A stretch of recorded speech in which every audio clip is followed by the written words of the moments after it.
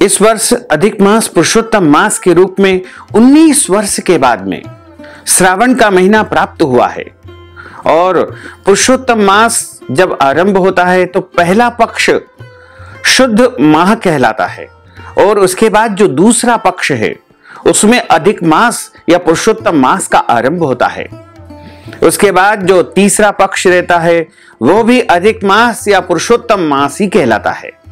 और उसके बाद जो चौथा पक्ष होता है वो शुद्ध माह कहलाता है। तो इस प्रकार श्रावण माह का जब आरंभ हुआ तो पहला पक्ष शुद्ध श्रावण माह कहलाया और उसके बाद अधिक मास और पुरुषोत्तम माह का जो प्रारंभ है वो 18 जुलाई 2023 से हो गया।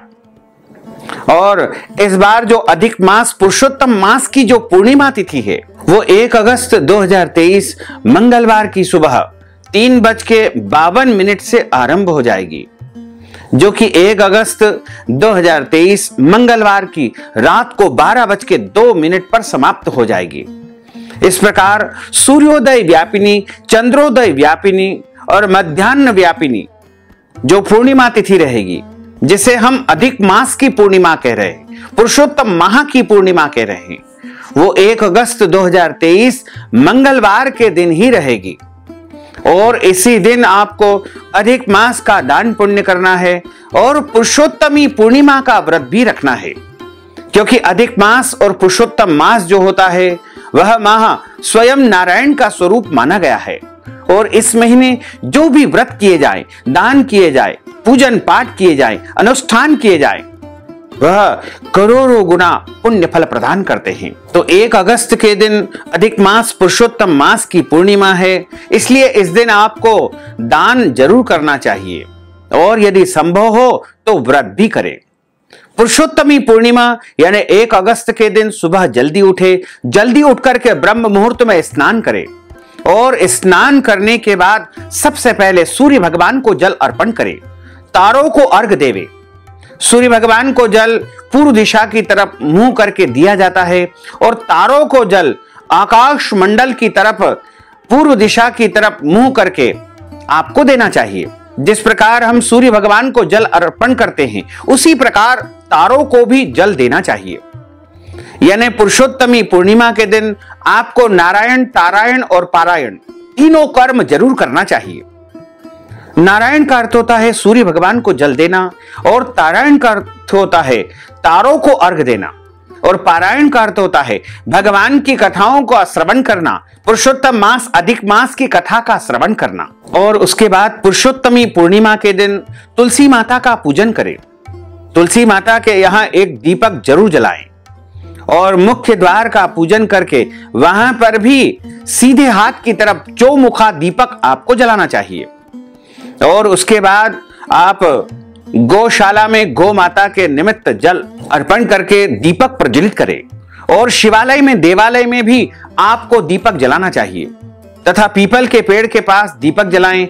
आंवले के वृक्ष के समीप भी आपको दीपक जलाना चाहिए। इस प्रकार आपको इन सभी स्थानों पर पुरुषोत्तमी पूर्णिमा के दिन दीपक प्रज्वलित करना चाहिए। और पुरुषोत्तमी पूर्णिमा के दिन कथाओं का श्रवण करने के बाद यदि संभव हो तो अपने घर एक ब्राह्मण देवता को बुला करके उनको भोजन करवाएं।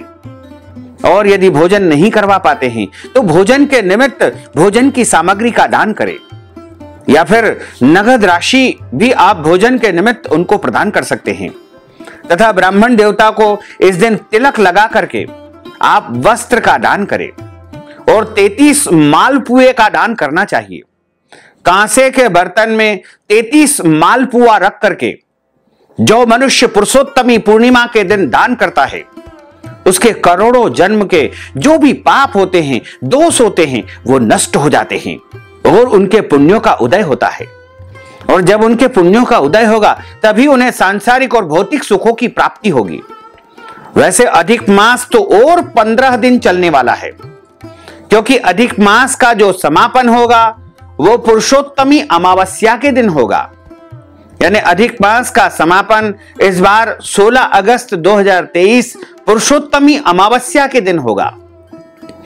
ये 1 अगस्त के दिन जो पूर्णिमा आ रही है वो अधिक मास का मध्य भाग है, यानी बीच में अधिक मास रहेगा।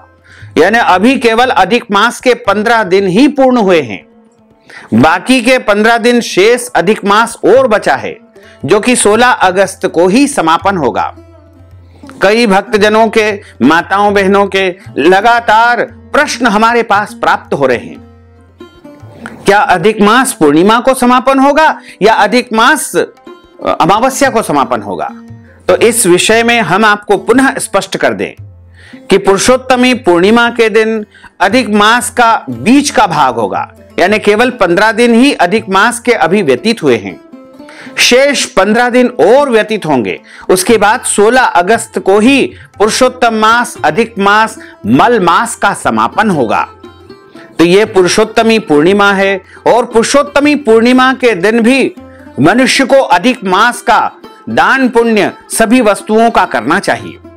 वैसे तो अलग अलग दिनों की जो अलग अलग वस्तुएं हैं वो दान के रूप में बताई गई है।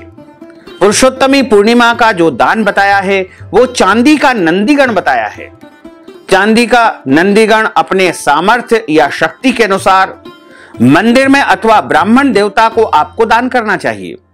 यदि आप चांदी का नंदीगण दान नहीं कर पाते हैं तो ऐसी परिस्थिति में आप ब्राह्मण देवता को नंदीगण के निमित्त राशि भी प्रदान कर सकते हैं।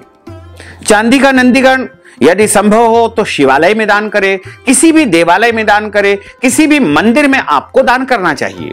पुरुषोत्तमी पूर्णिमा के दिन अपने घर में भगवान श्री लक्ष्मी नारायण का एक चौकी के ऊपर स्थापना करके पूजन अर्चन करें। सत्यनारायण भगवान की कथा भी इस दिन आपको श्रवण करना चाहिए तथा इस दिन श्री विष्णु सहस्त्रनाम का पाठ करना चाहिए या सुनना चाहिए, और भगवान लक्ष्मी नारायण के निमित्त विशेष पूजन अर्चन भी आपको संपन्न करवाना चाहिए। ब्राह्मण देवता के मुखारविंद से इस दिन अधिक मास की कथा का श्रवण जरूर करना चाहिए। वैसे तो प्रत्येक दिन अलग अलग कथाओं का श्रवण करना चाहिए, लेकिन आप यदि इन कथाओं को सुनने से वंचित रह गए हैं तो पूरी जो 15 दिनों की जो कथाएं हैं वो अलग अलग कथाओं का श्रवण जो हमने आपके लिए प्रस्तुत की है, हमारे चैनल पर आप देखेंगे तो पुरुषोत्तम माह के संपूर्ण दिनों की अलग अलग कथाएं आपको सुनने को मिलेगी। उन सभी कथाओं को आप एक दिन यानी पूर्णिमा के दिन भी यदि सुन लेंगे तो आपको पूरे महीने या 15 दिन कथा सुनने का पूरा पुण्य प्राप्त होगा।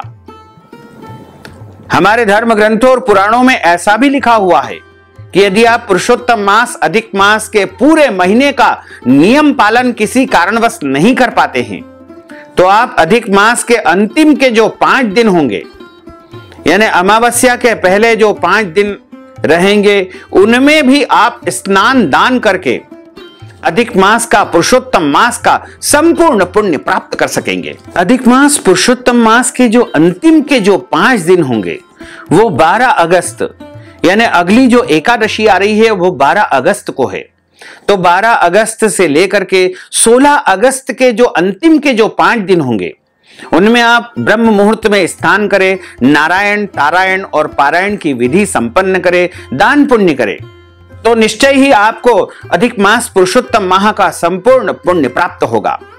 इसके साथ ही यदि आप पूर्णिमा को भी ये सारी विधि संपन्न कर लेंगे तो भी आपको अधिक मास का पूरा पुण्य जरूर प्राप्त होगा। पुरुषोत्तमी पूर्णिमा के दिन तीर्थ यात्रा करना चाहिए। भगवान गिरिराज धरण की, गोवर्धन नाथ की परिक्रमा भी इस दिन आप करें और अधिक से अधिक दान पुण्य करें, पुण्य कर्म करें, श्रेष्ठ कर्म करें और तीर्थ यात्रा करें। तीर्थ में जाकर आप चाहें तो स्नान भी कर सकते हैं और इस दिन आप जितना अधिक हो सके पुण्य कर्म करें, श्रेष्ठ कर्म करें, तो निश्चय ही अधिक मास का आपको अधिक से अधिक पुण्य प्राप्त हो सकेगा।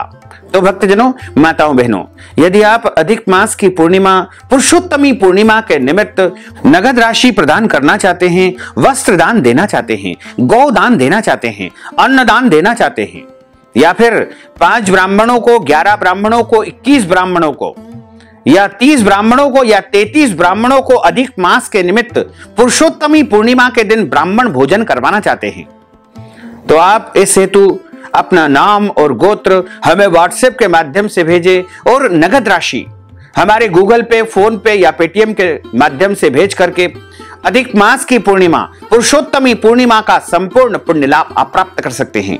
साथ ही आप सभी से अनुरोध है कि हमारे इस ज्ञानवर्धक वीडियो को अधिक से अधिक लोगों को शेयर करिएगा, लाइक करिएगा, कमेंट करिएगा और यदि अभी तक आपने सब्सक्राइब नहीं किया है तो अभी और इसी समय सब्सक्राइब अवश्य कर लीजिए। आपको और आपके पूरे परिवार को सादर जय श्री कृष्ण, सादर धन्यवाद।